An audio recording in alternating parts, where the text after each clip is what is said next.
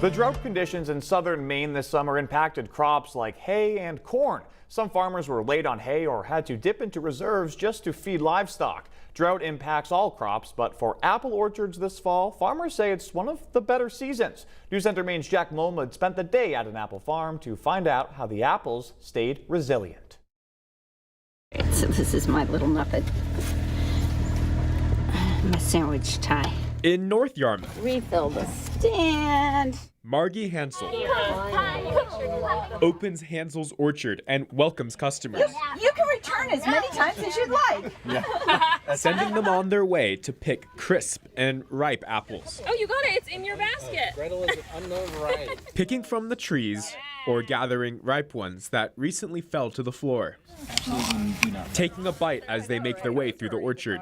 Apples have been in existence for forever. Margie says her family got the farm 18 years ago. Farming is managing what you have. Every year it's a little different, and it's been a great year for us. As picking goes, Hansel says this year's drought conditions couldn't stop the strong apple trees from producing big fruit. We got enough rain, and the apples, the crop looks great. We've got some huge apples. That's probably due to They're drought tolerant, so they can get through a period of dry weather. Renee Moran, professor of pomology at Maine, the science of growing fruit.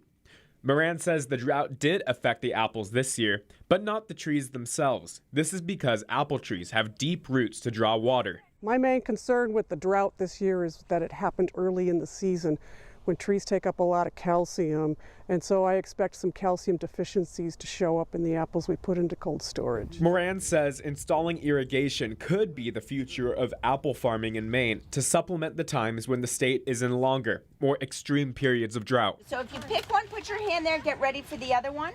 But for Margie, keeping the tradition of Maine apples is everything. Yeah, and a lot of people come back year after year and just, tell us how much they love it.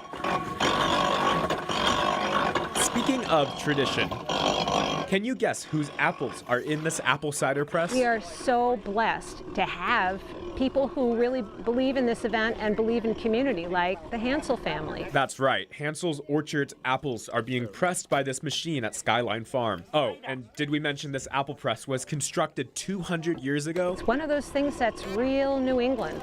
And what's also real New England here for us is the tradition of history, and that's part of why we do this. So next time you're out picking apples, just know that you are part of a tradition in Maine, working to adapt, even today.